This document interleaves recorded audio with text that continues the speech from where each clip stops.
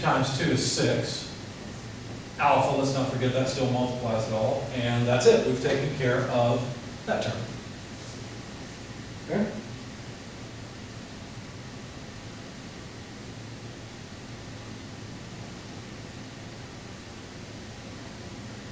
Okay.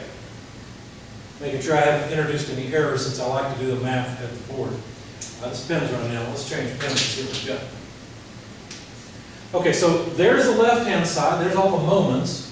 And on the right-hand side, we have the dynamic moments. Now you notice between the right-hand side and the left-hand side, there's some alpha terms. I'd like to move this to the other side, right? I'd like to get rid of it over here and write minus mcl squared over 2 plus ml squared over 6.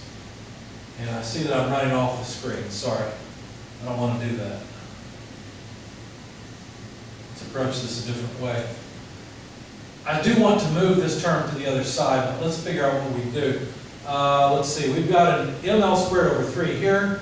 We've got an ml squared over 6 here. So we're going to take this to this other side. That means it would be a, when it comes to the other side, it's going to be a minus, let's see. Well, I tell you what, let's do it this way. We've used that. Let me go from here. This was just as bad as the other. Let me try red.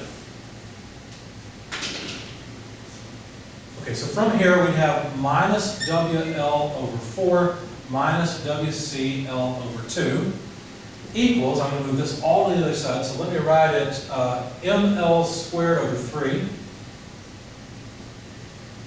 And then this is going to be a minus ML squared over 6, so that's a third less a sixth, right? And so a third less a sixth is 1/6. So I can just write 1/6, so ML squared over 6. That takes care of, well, I've done those on the left-hand side, right? But on the right-hand side, taking care of those terms. And then, of course, I'm going to multiply all this by alpha when I'm finished, but we're pausing that for now.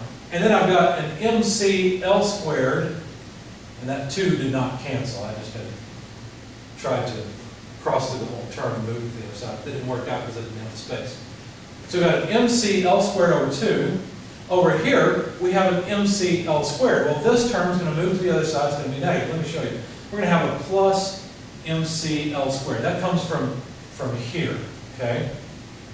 But we're going to have a minus MCL squared over 2 from the other side. So 1 minus a half is just a half. And for the next term, it doesn't change. There's no k over here, right? So taking care of that. There's no k over here, so I would have plus plus 2 MC k squared. And all that is multiplied by alpha, and I'm taking care of my last term. Double check myself. Yeah, that's right. Now, one simplification I can make, you'll notice I can factor out an L over 2 from this side. If I do that, what would I have? Well, I'd have minus L over 2 times, let's see, the L is gone, the minus is gone, I've got a W over 2, and I'd have plus WC. Now, let me get rid of all this. So there's a lot of algebra involved, that's the case. Now let's go up here, where we've got some space, and continue. So I'd really like to solve for alpha. If I had alpha by itself, it would be equal to the left-hand side, negative L over 2, W over 2 plus WC, divided by this whole mess, right? So I could write that as ML squared over 6, that's this term. Oh, by the way, so we've got that whole thing.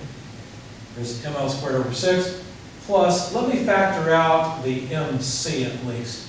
So MC multiplied by, let's see, we've got L squared over 2 plus 2K squared. There we go. And that takes care of these two terms.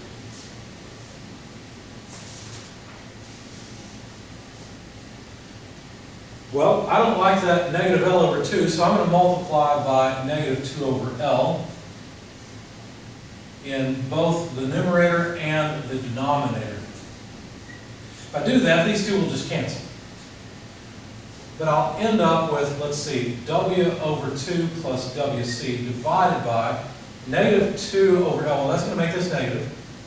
We'll have M, one of the L's will cancel, so it'll be L, over, and this will be 2/6, which is a third. Well, no, it would be minus, because minus the next term, so minus 2 over L. I'm going to move it inside, so I'll just leave MC. Move this inside of here. The 2's cancel. The negative sign's already outside. I'm taking care of the negative sign for this term. But the 2's cancel, and the L's cancel, except for one, so I'll just be left with an L. And then plus, because remember the negative is still outside. 2 times 2 is 4. I'll have K squared by L. There we go. Double check myself. Yeah, that's good. So now all I have to do is plug in numbers, and I should finally come up with an angular acceleration alpha. What was it the acceleration of? Well, let's see. Oh, it was the angular acceleration of the rod. Finally, we're almost there. Switch to green, even the markers are getting tired. So the weight I can calculate by taking 2.5 times the mass. Now remember, weight was the weight of the rod. So that's going to be 2.5 kilograms times the acceleration of gravity, but I need it over 2. So 2.5 kilograms plus WC.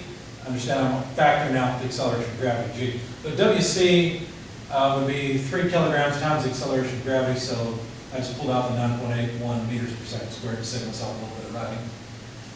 So then divided by negative M, but M is the mass of the rod, 2.5 kilograms. The length is 0.2 meters. So that's L divided by 3, minus the mass of the gear, 3 kilograms, multiplied by L, 0.2 meters, plus 4, K. K is 0.075. You know what, I'm off the board. Let me write a little bit smaller. Realize it. So minus 3 kilograms, let's go back here, times L, 0.2 meters, plus 4 times K, 0.075 meters quantity squared divided by 0.2 meters. I think that'll all fit on the viewfinder screen.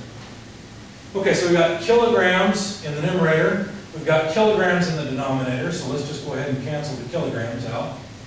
We've got meters per second squared in the numerator, and we have meters. Let's see, this would be meters squared over meters. So we've got meters for all terms in the denominator. So if we cancel all the meters, we end up with 1 over second squared, or radians per second squared. So when you plug all of this big mess into your calculator, you'll find that the angular acceleration alpha is about negative 37.7952 radians per second squared. That's the angular acceleration. In other words, let's see. I had assumed alpha would be positive this way. It is negative. But that's not what they asked for. They wanted us to find the acceleration of the gear. Well, the acceleration of the gear is twice the acceleration we just calculated. And so to answer their question, just multiply this by 2 in your calculator. You'll come up with negative 75 point, let's see, 5185, if you want that many decimal places, radians per second squared. And they also wanted to know, let's see, the acceleration of point B, which is this point. So they really are asking for the acceleration in y direction of point C. So that would be L alpha. So L is 0.2 meters. We need to multiply that by the alpha value, which is negative 37.7952 radians per second squared. And when you plug that into your calculator, you find that it is negative 7.552 meters per second squared. A lot of work for those two results, but there they are. Now we know the magnitude of the acceleration of point B. And if you're interested, one thing you could challenge yourself with, it's kind of a joke because you've been probably challenged just to sit here and watch this whole thing, but you might challenge yourself and say, okay, what if the gear C wasn't even there? What if AB simply fell? Could you calculate the acceleration of point B? You should be able to. Intuitively, what do you think you'd find? Would the arm accelerate faster or slower? You should think about that. The answer is pretty obvious, but you should pause the video because I'm about to give it to you, so spoiler alert. The answer is that the rod would accelerate faster, would have a higher negative angular acceleration than it has here because the gear is slowing it down.